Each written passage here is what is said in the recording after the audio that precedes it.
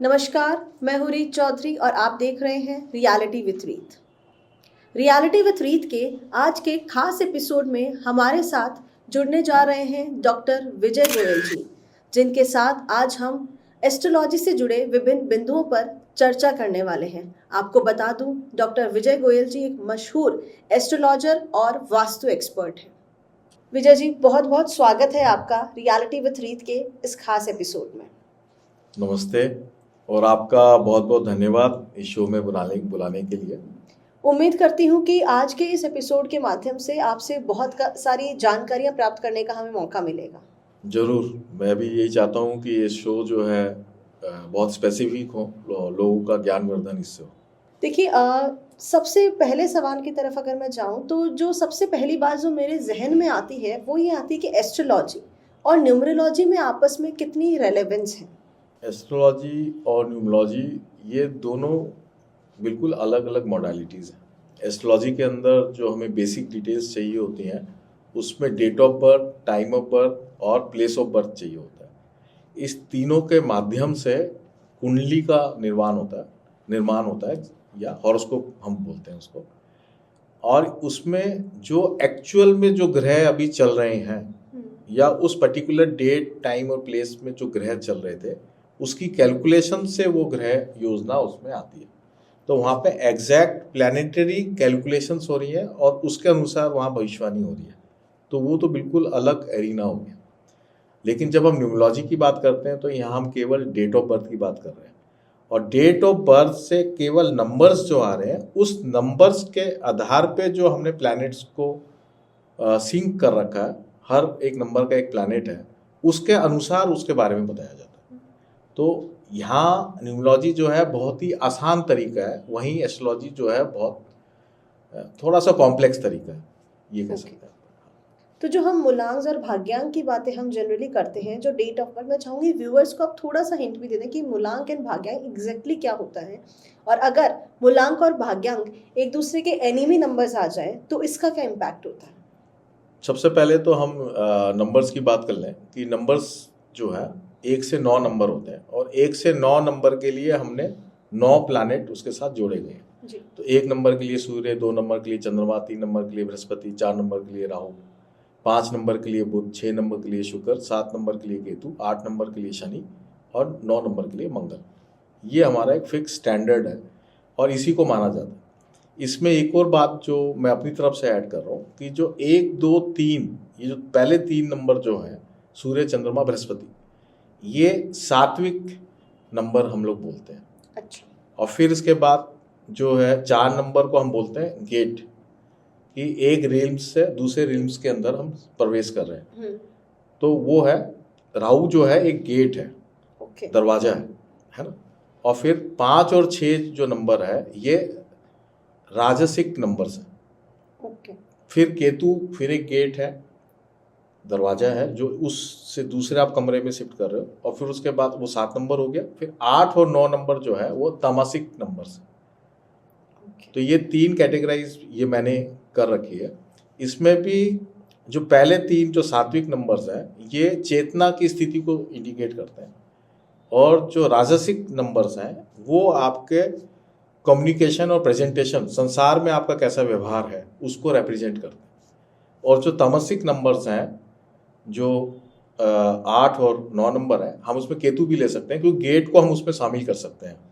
जैसे 7, 8, 9 को हम राजसिक, 7, 8, 9 को हम तामसिक और 4, 5, 6 को राजसिक, ऐसे हम इस तरीके से डिवीजन 3-3 नंबर की डिवीजन कर सकते हैं। जो गेट नंबर्स हैं उनको भी हमने उसी में ले लिया इजीनेस के लिए।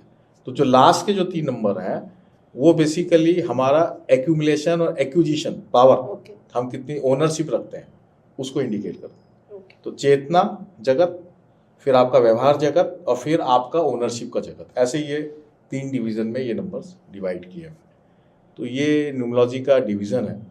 अब बात आ रही है कि मूलांक और भाग्यांक क्या है। तो मूलांक बेसिकली बहुत सिंपल है, जो आपकी डेट ऑफ बर्थ में जो डेट है वो मूलांक है। मूलांक का यहाँ पे मतलब हो रहा है कि आपका एटीट्यूड, आपका स्वभाव क्या है, ठीक है, आपका नेचर क्या है, आप कैसे अपने आप को प्रेजेंट करते हैं। तो वो आपका खाली डेट है। तो किसी का डेट मान लीजिए 2 जनवरी है, तो 2 उसका डेट हो गई, ये मूलांक है। मान लीजिए 20 जनवरी है, तब 2 + 0 2 हो जाएगी। 21 जनवरी है तो 2 + 1 3 हो जाएगी। तो उसको हम सिंगल डेट में ले आएंगे। जो हमारे पास नंबर सिर्फ 9 ही है, तो ये तो हो गया मूलांक। और भाग्यांक जो है ये पूरे जो डेट ऑफ बर्थ है उसका पूरा टोटल। तो जैसे किसी का 2 जनवरी 2001, तो 2 1 हो +1 जनवरी, फिर 2001 का 3 नंबर है, तो 3 4 5 6, तो 6 उसका टोटल जो है भाग्यांक हो जाएगा। तो टोटल डेट ऑफ बर्थ का, और जब हम सिंगल डिजिट में ले आएंगे तो वो भाग्यांक। तो यहाँ भाग्यांक का मतलब ही ये है कि वो आपकी डेस्टिनी को इंडिकेट कर रहा है, यानी कि आपको ईश्वर किस तरीके से चीजें देगा, उसका क्या तरीका होगा देने का, आपको मिलने का। आप किस इन्वायरमेंट में घूमेंगे, आपको कैसा इन्वायरमेंट अपने जीवन में प्राप्त होगा, उसको भाग्यांक बोलते हैं। तो मूलांक और भाग्यांक अगर दोनों सेम है तो इसका मतलब ये है कि जैसा आपका स्वभाव है वैसे ही आपका इन्वायरमेंट है। भाग्यांक आपके इन्वायरमेंट को बता रहा है। तो आपका स्वभाव और इन्वायरमेंट एक जैसा होगा तो आप हैप्पीली रह पाएंगे, और अगर आपका स्वभाव और भाग्यांक अलग अलग होगा तो आप हैप्पीली नहीं रह पाएंगे। बस यही इतना सही फर्क है भाग्यांक और मूलांक। तो इसका बड़ा इजी सा बात है कि मान लीजिए सात्विक नंबर है 1 2 3, कोई भी एक नंबर हो, तो सात्विक नंबर जो होते हैं ये लोग गिवर होते हैं। तो खासकर 2 नंबर है, तो 2 नंबर क्या है, हॉस्पिटैलिटी का नंबर है, मदद करने के लिए नंबर है। 3 नंबर भी जो है बृहस्पति का नंबर, ये भी लोगों की मदद और गाइड करता है।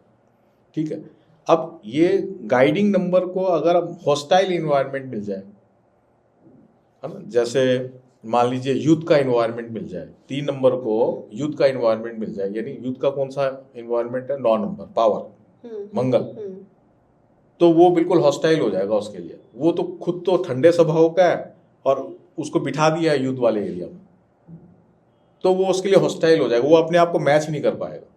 लेकिन वही 3 नंबर वाले को अगर स्कूल कॉलेज वहां मिल जाए तो उसके लिए वो बहुत ही अच्छा हो जाएगा, क्योंकि वो गाइड करने वाला है और वैसे ही उसको एनवायरनमेंट मिल गया, वैसे ही जीवन मिल गया, कंसल्टेंट बन गया, तो उसको मजा आ जाएगा, तो वो सक्सेस कहलाएगा धरती पे। तो सक्सेसफुल लोग वही होते हैं जिनका जैसा स्वभाव हो वैसा इन्वायरमेंट मिल जाए तो वो लोग सक्सेसफुल होते हैं, और जैसा स्वभाव हो वैसा इन्वायरमेंट नहीं मिले तो फिर जीवन में संघर्ष होता है। तो कई बार संघर्ष से आदमी आगे निकल जाए तो सक्सेस हो जाती है, और नहीं निकले तो फेलियर हो जाती है, यही है। ओके, तो जैसा कि आपने बोला कि भाग्यांक जो है वो हमारी डेस्टिनी को दर्शाता है, हमारे इन्वायरमेंट, और आप इसकी बातें जब कर रहे हैं तो मैं जानना चाहूँगी कि ये जो हम सुनते हैं कि जो हमारा मूलांक है वो हमारी चाइल्डहुड एज की तरफ इंडिकेट करता है, और जो हमारा भाग्यांक है वो एक तरह से कहते हैं कि ओल्ड एज की तरफ इशारा करता है। तो ये सच्चाई है या फिर एक मिथ है? इसको हम इस तरीके से देखें कि जो आपका मूलांक है वो आपका स्वभाव है। तो जब आपकी उम्र कम होती है तो व्यक्ति अपने स्वभाव के अनुसार जीवन जीता है। जैसे बच्चा है तो वो अपने स्वभाव के अनुसार उसका एक्शन होगा, ठीक है। और जैसे जैसे उसकी उम्र बढ़ जाती है, तो मान लीजिए किसी की उम्र 30 साल क्रॉस कर गई, 30 ईयर्स क्रॉस कर गई, तो अब वो मैच्योर हो गया। तो जैसे जैसे हमारी मैच्योरिटी बढ़ती है तो हम इन्वायरमेंट से बहुत कुछ सीख जाते हैं, हम अपने इन्वायरमेंट के अनुसार अपना बिहेवियर चेंज कर लेते हैं। तो उसको हम बोलते हैं एक्वायर्ड बिहेवियर। एक हमारा पर्सनल इनहेरेंट बिहेवियर होता है, एक एक्वायर्ड बिहेवियर होता है। तो जो एक्वायर्ड बिहेवियर जो हमारा बदलता जाता है, तो हम ये सीख जाते हैं कि मेरे को तो भगवान ने ऐसे इन्वायरमेंट में रहना मुझे पड़ेगा, मुझे हमेशा इसी तरह का इन्वायरमेंट मिलता है। अब उस इन्वायरमेंट में अच्छी तरीके से रहने के लिए वो एक्वायर्ड बिहेवियर को अपना लेता है, उसमें नई चीजें वो सीख जाता है। तो वो सीखने से वो भाग्यांक की क्वालिटीज को अडॉप्ट कर लेता है। एक्वायर्ड बिहेवियर भाग्यांक की है। तो इसलिए हम इसको इस तरीके से कह सकते हैं कि कोई व्यक्ति अगर अनमेच्योर है तो वो मूलांक की तरह उसका स्वभाव होगा, और कोई व्यक्ति अगर मैच्योर है तो भाग्यांक की तरह उसका स्वभाव होगा। तो इसलिए ओल्ड एज यहाँ पे ओल्ड एज से लेना देना नहीं है, यहाँ मेच्योरिटी से लेना देना। कि अगर वो मेच्योर हो गया, एक्वायर्ड बिहेवियर समझ गया, तो वो भाग्यांक की क्वालिटी उसमें आ जाएगी। तो मतलब हम मान सकते हैं कि बिटवीन 30 to 35 वाला जो एज ब्रैकेट रहता है उसके बाद थोड़ा सा हमारी जो डेस्टिनी नंबर है वो रूल करने लगता है। वो रूल करने लग जाता है, क्योंकि तब तक हमें बहुत कुछ सीख जाता है आदमी ओके, इन्वायरमेंट से, तो उसको अडॉप्ट कर लेता हो। ठीक है भाई अगर कोई व्यक्ति, जैसे मैंने एग्जांपल दिया था कि कंसल्टेंट है और वो युद्ध की भूमि में और आर्मी कैंप में ही रहा हो, आर्मियों में बीच में बात की, तो फिर वो आर्मी के स्टाइल सीख जाएगा। तो 8 नंबर 9 नंबर जो है आर्मी का, जो 9 नंबर है वो उसमें गुण आ जाएंगे, तो 30-35 साल तक वो आर्मी की तरह ही ड्यूटीफुलनेस आ जाएगी उसके अंदर, और वैसे उसका बात करने का तरीका आ जाएगा। ठीक है, तो डेफिनेटली वो ऑर्डर देने लग जाएगा, Right. जहां वो कंसल्टेंट था उसकी जगह वो ऑर्डर देने लग जाएगा, ये फर्क आ जाएगा। ओके। तो जैसा कि मूलांक और भाग्यांक की बात हम कर रहे हैं, अगर मूलांक और भाग्यांक कंपैटिबल या फिर बैलेंस्ड ना हो, तो आजकल हम देखते हैं कि बहुत लोग अपने नेम स्पेलिंग या फिर नाम चेंज कर लेते हैं, तो इनका अपने आप में कितना बड़ा सिग्निफिकेंस है?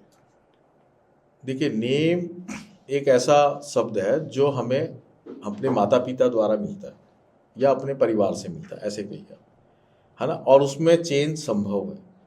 भाग्यांक और मूलांक तो आपका जन्म हो गया, भगवान ने आपको जन्म दे दिया, तो वो आपके हाथ में या कंट्रोल में तो बिल्कुल भी नहीं है, वो आपका फिक्स है, वो तो डेस्टिनी नंबर ही है एक तरह से, मतलब डेस्टाइन्ड है वो। लेकिन नाम को आप परिवर्तन करके आप अपने लिए एक नया नंबर क्रिएट कर सकते हैं। तो 2 नंबर आपके पास हैं और आपको एक और नंबर ऐसा मिल जाए जो आपको सबसे ज़्यादा ज़रूरत है, जिस नंबर की आपको लगता है कि ये नंबर अगर मुझे उसके गुण और मिल जाए तो मैं अपने जीवन में जल्दी से सफलता प्राप्त कर सकता हूँ। तो वो अगर दोनों नंबर मान लो भाग्यांक और मूलांक मित्र है और एक तीसरा और मित्र मिल जाए, तो वो कितना ज़्यादा मल्टीप्लाई और रिजल्ट देगा। और मान लो दोनों नंबर शत्रु है और तीसरा ऐसा नंबर मिल जाए जो दोनों के बीच में नेगोशिएटर का काम करे, दोनों में सिंक कर दे, लड़ाई झगड़ा नहीं करा के संघर्ष कम कर दे जीवन में, तब भी वो तीसरा नंबर उसके जीवन में काम करेगा। तो वो तीसरा नंबर को लाने के लिए हम नेम चेंज करते हैं। क्योंकि नेम आपका हमेशा बोला जाएगा, आपकी नेम आइडेंटिटी है, वाइब्रेशंस। हाँ, उसकी जो वाइब्रेशंस है, उसका जो न्यूमरोलॉजिकल नंबर है, नेम का जो न्यूमरोलॉजिकल आउटपुट है, वैल्यू है, वो ही आपके जीवन में तीसरा सबसे बड़ा इम्पैक्टफुल होगा, क्योंकि वो आपकी हर जगह, आपकी आइडेंटिटी आपके नाम से है। तो इसलिए वो थर्ड जो नंबर है, जो सबसे क्लोजेस्ट है, वो आपका नेम है। तो इसलिए वहां परिवर्तन करने से कई बार काफी है, बहुत ही सकारात्मक रिजल्ट मिलते हैं। ओके। और 2026 में हम हैं, 2026 की बातें सभी लोग कर रहे हैं, तो 2026 के हिसाब से कौन से नंबर सबसे ज्यादा कंपैटिबल है? देखिए, 2026 का जो टोटल आ रहा है वो एक आ रहा है, सूर्य का साल। सूर्य का साल है जी। तो सूर्य तो वैसे भी एक पॉजिटिव एनर्जी देता है। सूर्य उदय होते ही दिन शुरुआत होती है, तो एक क्रिएशन शुरू होती है। एक उदय होने का मतलब भी है कि हमारे कुछ आशाओं को जगाता है। सूर्य उदय होने का मतलब यही है कि हम नई आशाओं के साथ वापस लगते हैं अपने काम में, अपने लक्ष्य को पूरा करने के लिए। तो एक तो होपफुलनेस है, आशावादी बना रहा है। तो 2026 ऐसा कोई व्यक्ति नहीं है जिसको वो आशावादी नहीं बनाए। 1 से 9 नंबर सब के अंदर सूर्य की एनर्जी है, क्योंकि सूर्य ही पहला नंबर है जिसके कारण बाकी नंबर है। अगर सूर्य हो नहीं तो कोई नंबर ही नहीं होगा। तो 1 नंबर के कारण बाकी 8 नंबर है, राइट। तो इसलिए मैं ये कहूँगा कि एक तो 2026 हर उस व्यक्ति के लिए अच्छा है जो जीवन में कुछ अच्छा करना चाहता है, जो जीवन में सफलता पाना चाहता है, उसके लिए अच्छा है, इसमें कोई डाउट ही नहीं है, हर व्यक्ति के लिए। तो वो बस आशावादी बना रहे और क्रिएटिव माइंड रखे, ओपन माइंडसेट रखे और मेहनत करे। जो भी उसका टारगेट है उसको एग्जीक्यूट करे। मेहनत का मतलब यहाँ एग्जीक्यूट करे, तो वो पक्का रूप से वो सफल पाएगा। एक तो ये मैं कहना चाहता हूँ। दूसरा, फिर भी कुछ नंबर सूर्य के साथ कंपैटिबल नहीं होंगे तो वहाँ थोड़ा संघर्ष होगा। तो जो सबसे ज़्यादा 2026 में जिन लोगों को सबसे ज़्यादा आराम से कुछ काम हो जाए वो है सूर्य का ही नंबर 1 नंबर है, 2 नंबर है, चंद्रमा का नंबर भी बहुत आराम से काम हो जाएंगे, केतु का नंबर में भी बहुत आराम से काम हो जाएंगे, यानी 7 नंबर है। 9 नंबर मंगल का जो नंबर है वो बहुत एनर्जेटिक रहेंगे। सूर्य मंगल बहुत आदमी को एनर्जेटिक बनाता है, बस वो अपने गुस्से पे कंट्रोल करे तो 1 और 9 वाले भी बहुत अच्छा काम करेंगे।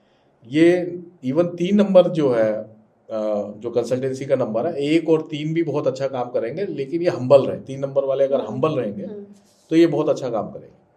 लेकिन बाकी जो थोड़ा सा संघर्ष में ही जो नंबर आता है वो 5 नंबर वाले भी बहुत अच्छा काम करेंगे, 1 और 5, क्योंकि 5 बहुत न्यूट्रल नंबर होता है। तो उसका सूर्य का साथ बड़ा अच्छा लगता है, क्योंकि 5 वो नंबर राजा और बेटा वाला मतलब कुछ उसमें हाँ, सब क्योंकि लोग 5 नंबर जो होता है वो एक बुध है। बुध जो होता है वो राजकुमार है। राजकुमार का मतलब एक ऐसा व्यक्ति जो लर्नर है, जो हमेशा स्टूडेंट, जो अपने आप को स्टूडेंट बोलता है कि मैं तो हर जगह से सीखता हूँ जी। Right. तो उस व्यक्ति को बड़ा अच्छा लगता है कि किसी पावरफुल के साथ रहे, तो और उसको मजा आ जाता है। तो इसलिए 1 और 5 नंबर वालों का बहुत अच्छी कॉम्पैटिबिलिटी है। शुक्र का नंबर जो है वहाँ ईगो का बड़ा क्लैशेस होंगे, जो कि 6 नंबर है। और राहु का जो नंबर है वहाँ पे जो है दोनों की परफॉर्मेंस में एक तरह से वैल्यूज का फर्क होगा। राहु वाला सोचेगा मैं इस तरीके से काम करूंगा, सूर्य वाला कहेगा मैं इस तरीके से काम करूंगा। वहाँ थोड़ा एडामेंसी भी रहेगी। तो वो आपका राहु का नंबर 4 नंबर है। एक शनि का नंबर है। सूर्य शनि में कभी भी नहीं बनती। तो शनि का जो नंबर है वो 8 नंबर है। तो शनि का नंबर अगर वो मेहनती है तब तो कोई प्रॉब्लम नहीं है, लेकिन अगर वो डिस्ट्रेस में है और एडामेंट है, ये दोनों क्वालिटीज भी बहुत होती है शनि वाले में। एडामेंसी बहुत ज़्यादा होती है। तो उनके लिए फिर 2026 टफ है। अगर वो थोड़े फ्लेक्सिबल हो जाए, मेहनती तो हैं, और अगर शनि का जो सबसे नेगेटिव क्वालिटी है वही कि मेहनती का जस्ट ऑपोजिट, आलसी भी उतने ही होते हैं। जितने ही मेहनती होते हैं उतने आलसी भी होते हैं। तो अगर 2026 में किसी को आगे बढ़ना है तो डेफिनेटली वो आलसी तो कोई भी नहीं चलेगा। तो 8 नंबर की नेगेटिव क्वालिटीज़ को बिल्कुल भी अडॉप्ट नहीं करें। 8 नंबर की जो पॉजिटिव क्वालिटीज़ है कि कुछ बड़ा काम करने की है क्षमता रखना और कुछ मेहनत करके कुछ भी कर जाना, अगर उस पॉजिटिव क्वालिटी के साथ 8 नंबर चलेगा तो उनके लिए भी अच्छा हो। इस तरीके से